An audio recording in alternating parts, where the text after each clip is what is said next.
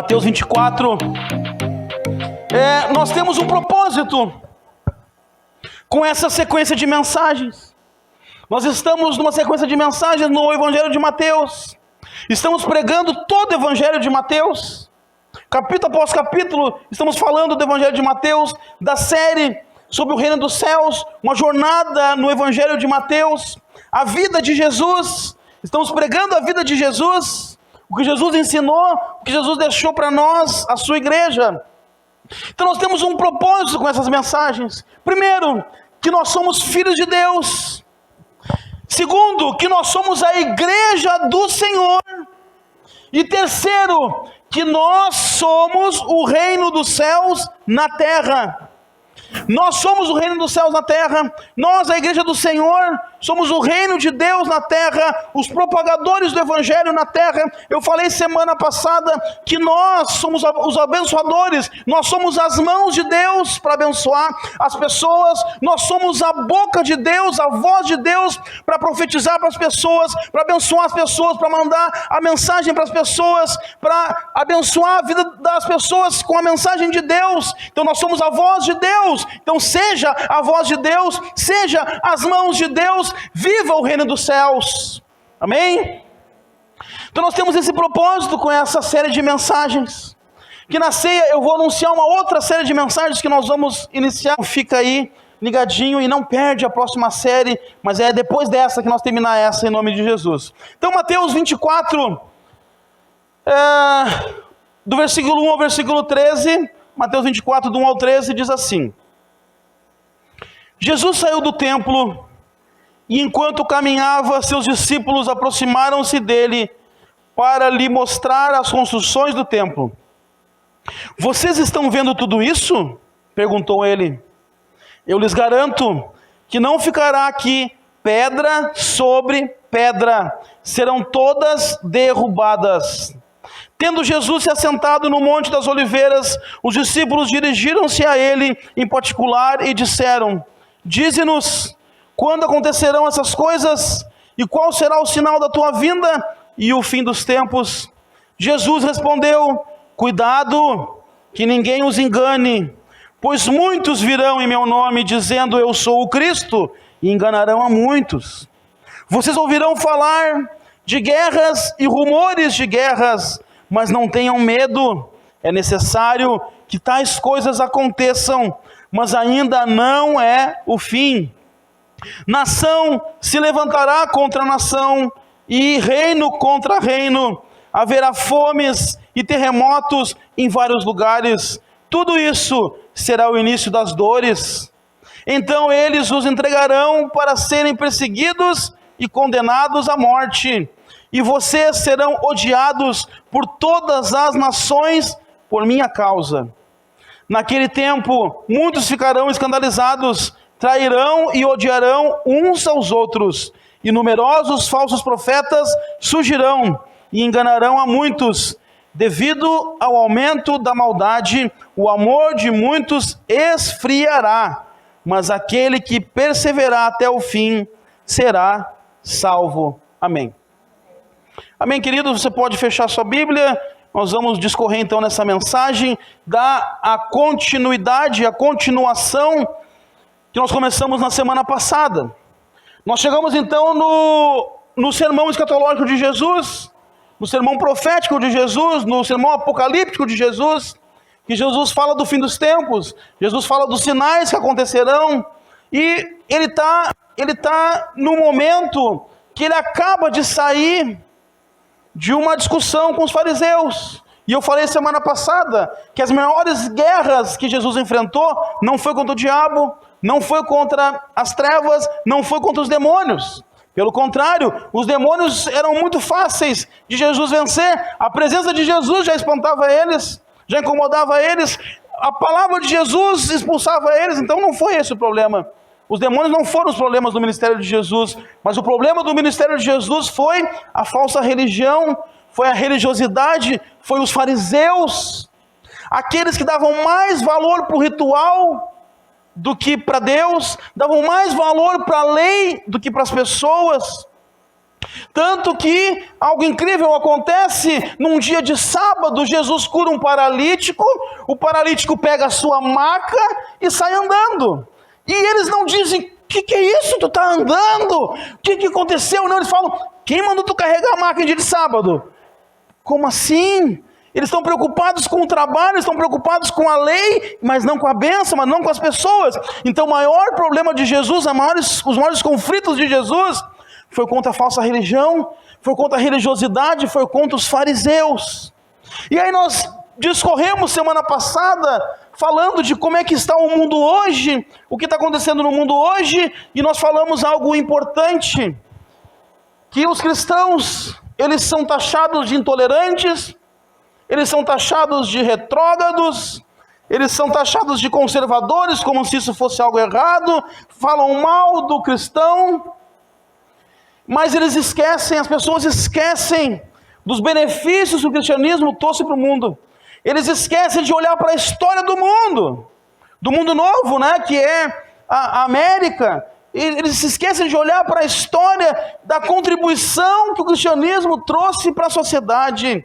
O cristianismo foi o primeiro a fundar a escola, o primeiro a fundar a universidade. Nós falamos, né, das universidades que tem aí, Yale, Harvard. Aqui no Brasil nós temos aí a Mackenzie, nós temos a UBRA, nós temos diversas outras universidades que são cristãs, mas os primeiros a fundar a universidade foram os cristãos. E aí nós vamos discorrendo em tudo que o cristianismo já fez para a sociedade. Falamos de homens importantes do cristianismo: Martin Luther King, Mandela, falamos de Louis Pasteur, falamos de Samuel Morse, que criou o código Morse, falamos de Bach, Mozart, Beethoven, que são os mestres da música, falamos de Cristóvão Colombo, de Gutenberg, que os cristãos fundaram os primeiros hospitais, e falamos também de Freud, que descobriu algo incrível. Freud descobriu que quando nós contamos nosso problema para alguém, nós somos curados. Mas a Bíblia já dizia isso. Tiago diz: confesse seus pecados uns aos outros e seja curado. Então o cristianismo, ele contribuiu e contribui até hoje muito para a sociedade, muito para a sociedade. Ele é o responsável pelo avanço da sociedade. Se hoje nós temos uma sociedade como ela é, com organização, com prefeitura, com governo, é devido ao cristianismo, porque ele que trouxe isso para a sociedade. O cristianismo preserva a família, cuida das crianças, cuida das mulheres, cuida dos direitos humanos. Então a sociedade deve muito ao cristianismo. E aí nós fomos discorrendo e falamos que Jesus, então, ele está profetizando, ele está falando sobre 3 perguntas que os discípulos fazem para ele. Quando ele sai do templo, ele sai dessa conversa calorosa com os fariseus, os discípulos olham para o templo e dizem: Jesus, olha esse templo, que coisa mais linda esse templo, que coisa mais maravilhosa esse templo, olha só, Jesus, porque assim, Jerusalém estava na volta do templo, Jerusalém foi construída por causa do templo, as pessoas estão ali por causa do templo, e Jesus diz: não vai ficar pedra sobre pedra. Como assim? Como assim? Ele está louco? O templo de Deus? Não pode acontecer isso. E aí eles chegam no Monte das Oliveiras, que está em frente ao templo. Jesus se assenta e eles perguntam: mas quando vai acontecer isso? Eles fazem 3 perguntas: quando vai acontecer a destruição do templo? Qual é o sinal da tua vinda? E quando será o fim do mundo? Jesus então começa a responder, e ele responde, nós vimos semana passada, sobre a destruição do templo, que aconteceu exatamente como Jesus falou. Tudo que ele falou se cumpriu exatamente, sem mudar uma vírgula. Ele diz: ai das grávidas nesse dia, ai daquelas que estiverem amamentando. E eu contei para vocês aquela história impactante que Flávio Josefo, o historiador, conta. Não é um cristão, ele está contando a história de Israel, e ele conta como foi a destruição do templo, e ele narra que uma mulher dando de mamar para o seu filho, naquele dia ela arranca ele do seio, mata essa criança e come ela. Algo terrível aconteceu nesses dias, exatamente como Jesus profetizou. Exatamente como Jesus disse que ia acontecer. Tudo aconteceu. E ele diz: vai ficar pedra sobre pedra. E acontece também exatamente isso. Porque os romanos, para tirar o ouro que ficou encrostado nas pedras, eles derrubam todas as pedras do templo para tirar o ouro. E não ficou pedra sobre pedra. Se você vai em Israel hoje, não tem uma pedra do templo erguida. Tem uma parte do muro, mas o templo está todo destruído até hoje. Então se cumpriu a profecia que Jesus disse que ia acontecer. E aconteceu. E eu falei semana passada, se Jesus disse que aconteceu e que vai acontecer, é porque vai acontecer. Nós não temos nenhuma dúvida. Porque tudo que Jesus aconteceu, vírgula após vírgula, ponto após ponto, aconteceram. Então vai acontecer também o resto. Nós cremos assim, então nós vamos ver hoje esses outros sinais que Jesus fala, que vão acontecer, ou já aconteceram. Então nós vamos ver, e nós temos alguns versículos, e nós não vamos ler, porque são muitos versículos, para discorrer todo Mateus 24, 25 e 26, que fala do sermão escatológico, todo ele envolve o fim dos tempos. Nós vamos precisar de muitos cultos. Então nós vamos resumir somente no 24, e eu vou citar os versículos, depois você confere em casa. Mas ele segue profetizando, ele segue falando sobre o fim dos tempos, ele segue falando sobre a sua vinda. E aí ele vai dizer que vai ter, no versículo 6, guerras e rumores de guerras. Guerras em tempo de paz, porque para aquela época de Jesus, viviam em paz, não tinha guerra. Uma paz forçada, porque os romanos, eles estavam forçando, eles eram dominantes, então ninguém tinha ousadia de enfrentar os romanos, então não tinha guerra. Ele fala de guerra, no versículo 7 ele fala de fome, outro absurdo para a época. Como assim fome? Está certo que tem um ou outro ali que passa uma necessidade, mas fome, miséria, não, isso não pode acontecer. Ele fala que vai ter fome no mundo. Ele fala que pais se voltarão contra os filhos, e filhos se voltarão contra os pais. Algo totalmente avesso à cultura que ele vivia. Naquela época de Jesus, com os judeus, os pais eram respeitadíssimos pelos filhos, porque eles cumpriam a Bíblia, que a Bíblia diz no 5º mandamento: honra teu pai e tua mãe, terá vida longa na terra. Então isso acontecia em Jerusalém. Então ele está profetizando algo que não é para o seu tempo, que não pode isso. É um absurdo que esse homem está falando. Ele fala que vai ter terremoto. Ele fala no versículo 9: vocês serão perseguidos. Ele fala para os discípulos: vocês serão perseguidos. E aqui derruba a teoria dos defensores que dizem que Jesus é mentira, que Jesus é um mito, que a Bíblia não é verdade, que até existiu um Jesus histórico, um homem, mas o que os apóstolos falam, o que a Bíblia diz, é mentira. Aqui cai por terra, porque ninguém sustenta uma mentira na hora da morte. Ninguém pressionado para morrer vai dizer: nega Jesus, isso é mentira. Ele vai dizer: não é mentira, é verdade. Não vai. E na verdade não é só um que faz isso, é todos que fazem isso. Eles são decapitados, eles são crucificados, eles são arrasados, eles são esquartejados. Tem uns que são arrastados por cavalos, eles são mortos à espada, e todos não negam Jesus. Isso está completamente contra essa teoria, porque ninguém sustenta uma mentira até a morte. Ninguém vai dizer que é mentira, ninguém vai dizer que é verdade até na hora de morrer, dizendo: é verdade ou não é? É verdade sim, tu vai morrer, me mata, mas é verdade. E eles são perseguidos, e eles são mortos, mas o evangelho não para, a profecia de Jesus continua. E ele fala no versículo 14, que o evangelho será pregado a todas as nações. Só que tem algo interessante aqui. Ele fala que o evangelho do reino será pregado a todas as nações. Essa palavra reino aqui é oikoimene no grego, que quer dizer o mundo habitado. E a palavra nações quer dizer etnos, raça, etnia, estrangeiros, gentil. Ele usava essa palavra para falar dos gentios. Eu quero dizer para você que se você espera que essa profecia se cumpra, ela já se cumpriu. O evangelho já foi pregado a todas as nações. Porque nós temos uma ideia de nação. A gente pensa aqui Brasil, Estados Unidos, México, Inglaterra, né? A gente pensa em estado. Não, ele está falando de etnias. E quando ele morre, ele sobe aos céus. Depois de 40 dias, vem Pentecostes, o Espírito Santo desce sobre a igreja, desce sobre os apóstolos saem pelo mundo a pregar depois da diáspora, depois que o templo é destruído, eles são obrigados a sair pelo mundo, e eles vão, e eles pregam para os negros, e eles pregam para os brancos, e eles pregam para os amarelos, e eles pregam para os árabes, e eles pregam para todas as etnias, para todas as nações. O evangelho foi pregado a todas as nações. No 24 ele diz que vão ter falsos profetas, milagres e sinais. Ele diz, cuidem.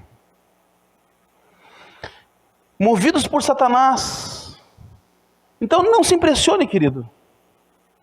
Não se impressione, amada igreja. Se você vê sinais acontecendo,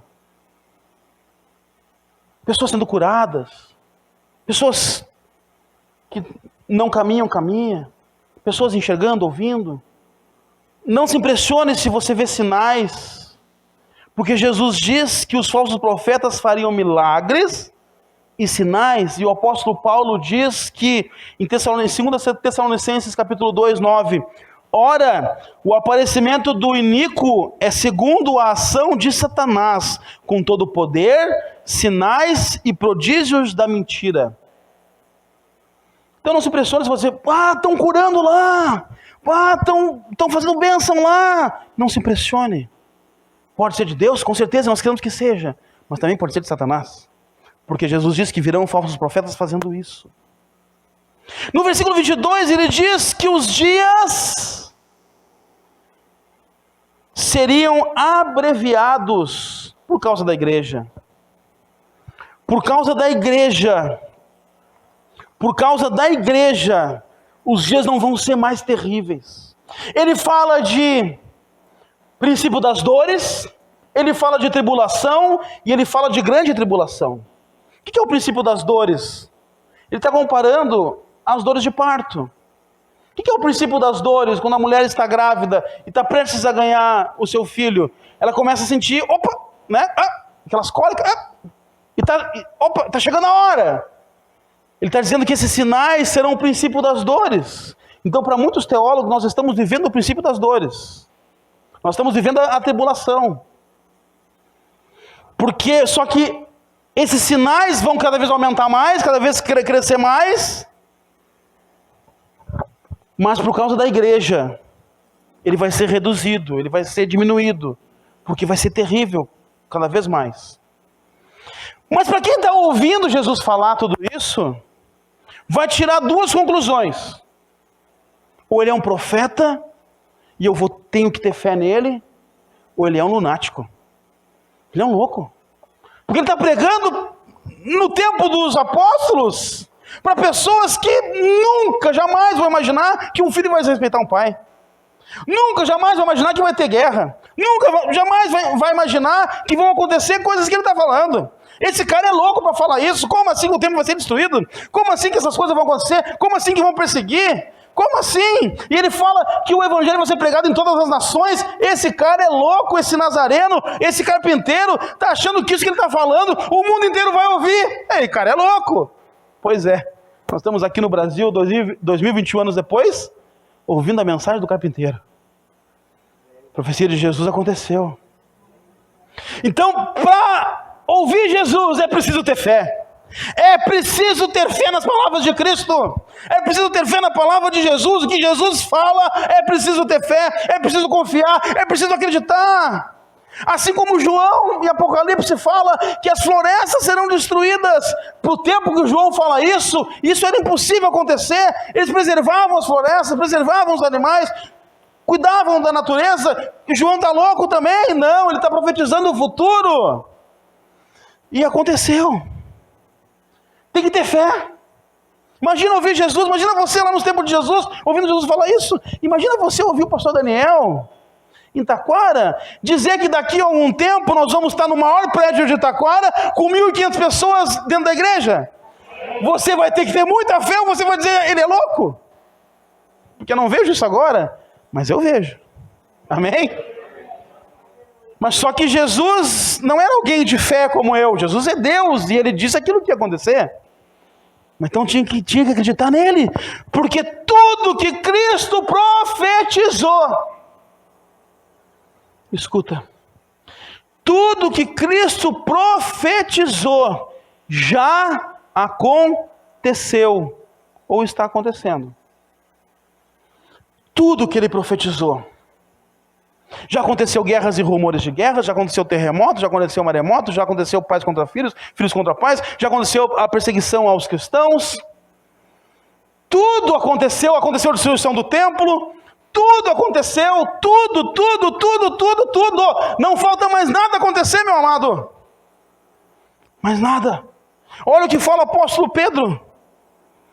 Mas há uma coisa, amados, que vocês não devem esquecer. 2 Pedro 3, 8, 14. Que você não deve esquecer. Que para o Senhor um dia é como 1000 anos e 1000 anos são como um dia. O Senhor não retarda a sua promessa, ainda que alguns a julguem demorada. Pelo contrário, Ele é paciente como vocês, não querendo que ninguém pereça, mas que todos cheguem ao arrependimento. Porém, o dia do Senhor virá como um ladrão. Naquele dia os céus passarão com grande estrondo e os elementos se desfarão pelo fogo. Também a terra e as obras que nela existem desaparecerão. Uma vez que tudo será assim desfeito, vocês devem ser pessoas que vivem de maneira santa e piedosa, esperando e apressando a vinda do dia de Deus. Por causa desse dia, os céus incendiados serão desfeitos e os elementos se derreterão pelo calor. Nós, porém, segundo a promessa de Deus, esperamos novos céus e nova terra, nos quais habita a justiça. Por essa razão, amados, esperando essas coisas, esforcem-se para que Deus os encontre sem mácula, sem culpa e em paz. Queridos, das profecias de Jesus, só falta uma coisa: Ele voltar. Não espere mais nada, não tem mais nada para acontecer. É só a volta dele. Só falta a volta dele. Mas o mundo está perdido. O mundo está entregue ao maligno. O mundo, e para o mundo, as coisas só piorarão. O mundo só vai piorar, meus amados. O mundo não vai melhorar. Ele vai melhorar a tecnologia. Isso vai, porque a palavra diz que a sabedoria se multiplicaria. Vai melhorar, você vai ter cada vez um telefone melhor, cada vez uma programação de TV melhor, cada vez um computador melhor. Você vai ter avanços, nós vamos ter muitos avanços, isso vai melhorar demais. Isso vai ser muito bom de viver no mundo nessa questão. Mas as pessoas não vão melhorar, as pessoas não vão mudar, elas vão piorar. Vai piorar a corrupção, vai piorar a mortandade, vai piorar o ódio, porque aumentará, porque o amor se esfriará. Então isso vai piorar, a humanidade vai piorar cada dia mais. Vai ser muito bom de viver tecnologicamente, mas as pessoas serão cada vez mais intolerantes, cada vez pior de conviver. O mundo não vai melhorar, ele só vai piorar, porque o mundo é a humanidade, e a humanidade só piora. Só piora. Mas há a única esperança para o mundo, é o estabelecimento completo do reino dos céus. A única esperança para o mundo se chama Evangelho de Cristo. A única esperança para o mundo se chama Igreja do Senhor. A vida de Cristo será o dia mais importante da história. Será o evento mais extraordinário da história. Porque o versículo 30 diz que ele virá em poder e grande glória. Ele diz que ninguém vos engane, porque você não vai precisar. Ah, Jesus, dizem que Jesus está lá na África, está lá no Irã. Não está, porque todo mundo vai saber quando Jesus voltar. Todo mundo vai saber porque vai acontecer o que Pedro disse. Os elementos do céu se desfarão, tudo pegará fogo, tudo se queimará, porque virá o juízo de Deus. Porque a volta de Jesus não é para amar as pessoas, a volta de Jesus não é mais para pregar a mensagem, a volta de Jesus não é, não, vem cá que eu vou te salvar. Não, isso é missão da igreja, isso é nossa missão de propagar o evangelho. A nossa missão é anunciar, a nossa missão é dizer, vem para Cristo, porque a volta de Cristo vai ser para o juízo final da humanidade, e Ele virá em poder e grande glória, então todos vão saber quando Ele voltar. Amém? Mas e quando que acontecerá a segunda vinda? Isso ninguém sabe. É mantido em segredo nos céus. Sabe o segredo de justiça? Pois é, mantido no segredo de justiça de Deus. Ninguém sabe o dia e nem a hora. Já tentaram marcar, diversas religiões, seitas, tentaram marcar a data. Profetas, falsos profetas falaram da data. Aqui no Brasil mesmo, teve profetas profetizando. Ele vai vir nesse dia, nessa hora. Não veio, porque ninguém sabe. Jesus disse, ninguém sabe a não ser o Pai, nem mesmo o Filho, porque isso está nas mãos de Deus. Mas Ele nos chama, Ele faz um chamado para todos nós. Ele faz um chamado a vigiar, porque Ele diz que Ele virá como um ladrão. Como é que vem um ladrão? Ele fala, se o dono da casa soubesse quando o ladrão vinha, ele cuidava, ele já estava, já estou ligado, está chegando lá.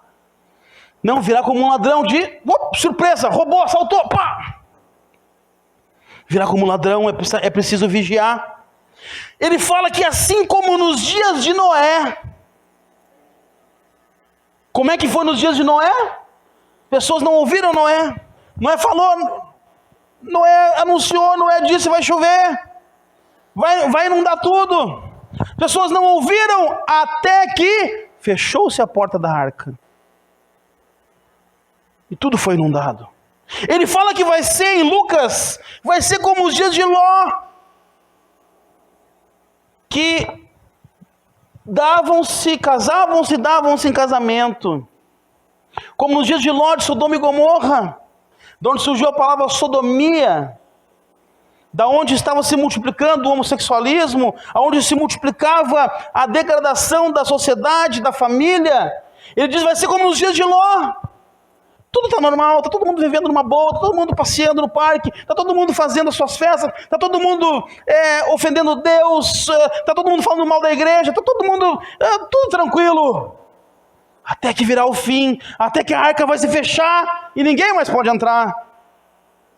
Então será de surpresa. E ele fala, cuide das coisas de Deus. Ele fala para vigiar e fala para cuidar das coisas de Deus. E ele dá um alerta no versículo 51. Para os ímpios, ele fala, ele o punirá severamente e lhe dará lugar com os hipócritas, onde haverá choro e ranger de dentes. Jesus está dizendo que não há salvação para o ímpio no dia da sua vinda. Não há salvação fora da igreja, não há salvação fora de Cristo. Somente em Cristo, somente a Bíblia, somente Deus que deu a salvação para os homens. E ele deu para a igreja essa missão de pregar, de anunciar, de falar. Ele deu essa missão para a igreja, para você chegar para o seu vizinho, para o seu parente, para o seu colega, dizendo, olha, vai chegar o fim. Acorda, gente.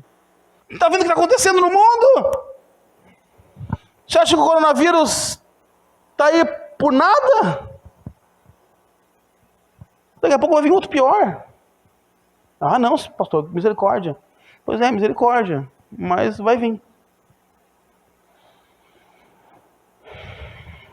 Então, quais as lições que fica para o mundo e para a igreja em Mateus 24?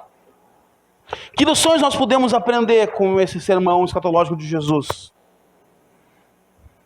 Que ele fala do fim dos tempos, ele fala da sua volta, e para nosso surpresa terrível. Tudo já aconteceu. Não falta mais nada. Só falta ele voltar. E aí Paulo vai dizer, não, mas antes dele voltar vai vir o anticristo.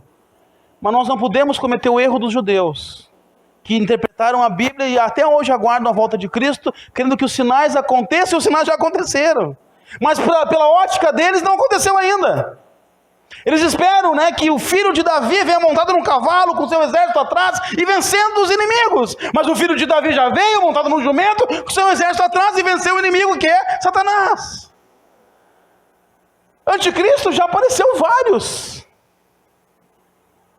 Nós falamos semana passada, Antíoco Epifânio antes de Cristo, que profanou o templo. Depois de Cristo, Tito e Vespasiano. Depois nós temos Nero, que brincava de matar os judeus, de matar os cristãos, desculpa. E ele brincava porque ele matava o cristão, pendurava numas estacas para decorar o seu jardim e botava fogo para iluminar a noite. Botou fogo em Roma, acusou os cristãos, matou Paulo, matou Pedro. Já veio o anticristo terrível. Depois dele veio o outro que nós conhecemos, Hitler. Tem vários anticristos que surgiram na história. Inclusive o Papa já foi considerado o anticristo, porque o Papa se diz ser o vigário, o substituto. E substituto só existe um, que é Jesus. Então não espere uma figura pública. Ela pode aparecer? Pode, claro. Não vamos também dizer, não vai vir. Não, claro que pode. Não vamos ficar também bobão, né? Ele diz, vigie. Mas não falta mais nada. Então para o mundo, qual é a lição? Para o mundo essa mensagem é desesperadora.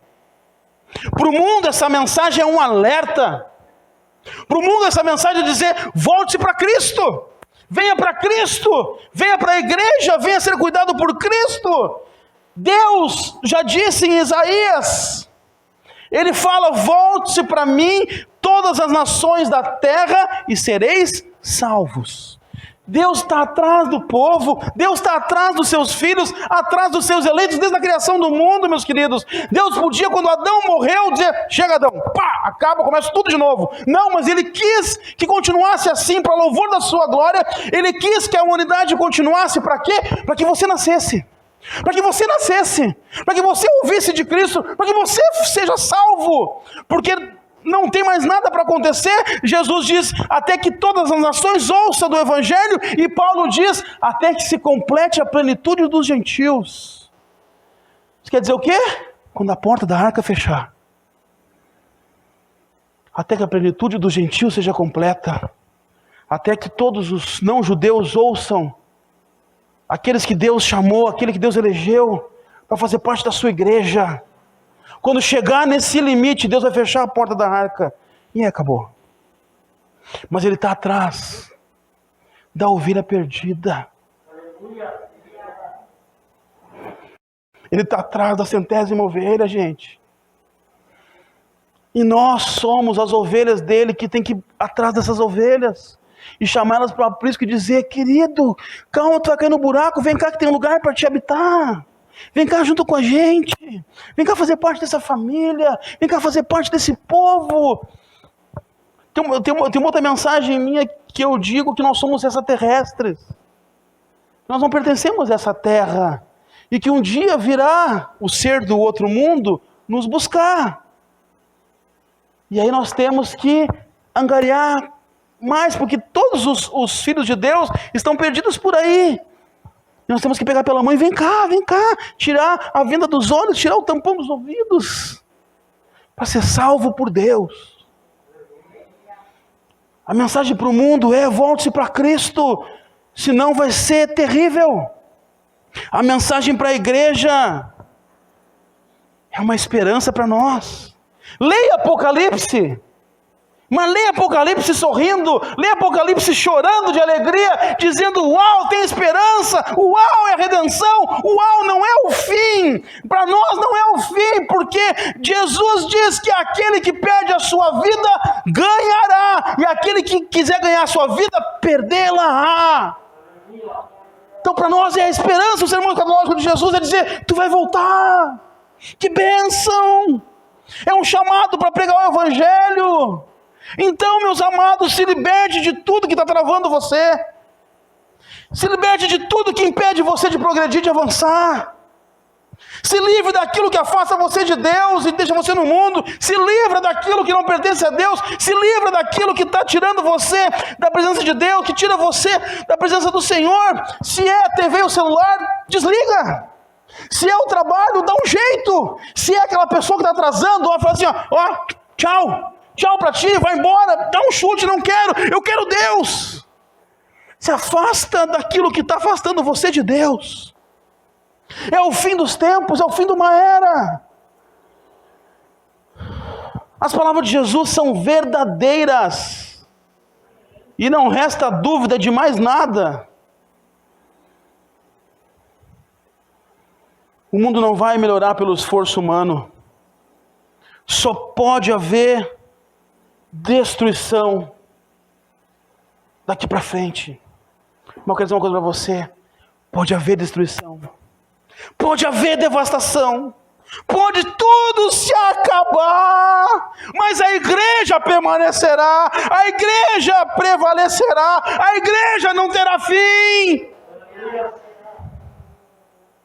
A igreja não será destruída.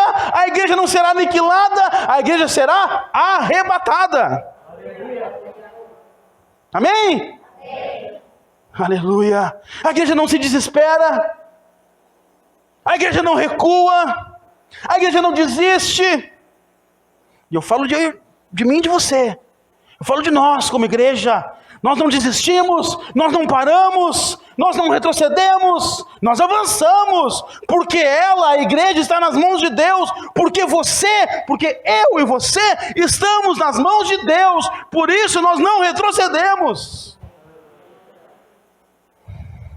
Um crente pode ser preso, um crente pode ser torturado, um crente pode ser escorraçado, menosprezado, podem tirar tudo dele, mas não pode tirar a coroa, mas não pode tirar a presença de Deus, mas não pode tirar Cristo.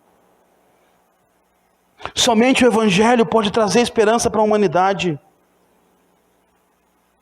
Somente o reinado de Cristo trará um governo perfeito para a terra. E eu quero encerrar lendo com você a última página da Bíblia. Uma vez perguntaram para o Billy Graham se ele não se assusta com tudo que está acontecendo. Ele disse, não, eu li a última página da Bíblia. A última página da Bíblia, Apocalipse 22, versículo 17, e vamos ler o versículo 20.